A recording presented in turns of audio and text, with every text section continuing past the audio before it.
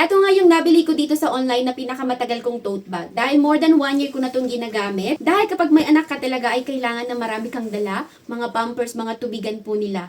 Okay, mga damit po nila. Kaya ito yung go-to bag ko talaga. Meron na nga rin po siyang packet sa loob na zipper. Ayan, medyo madami na yung kanyang loob dahil sobrang gamit na gamit ko talaga. Pero yung nagustuhan ko dito, kahit palagi ko siyang ginagamit, Mima ko ang ganda niya, oh. Kakalaba ko lang, mukha ulit siyang bago. Ang nagandahan pa ako dito, hindi naaalis yung parang pagka-shiny niya. Kahit more than 1 year ko na talagang gamit.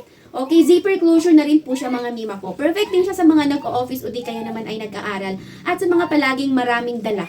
Okay, dati ang akala ko talaga madali lang po siyang mapigtas. Kasi nga, mura lang naman siya. Pero nagulat ako dahil kahit ang bibigat ng mga dala ko, like mga ganito, meron pa akong tumbler na yung 18 ohms. Tapos ito, yun yung mga nilalagay ko dito. Pero gulat talaga ako guys, tignan nyo naman.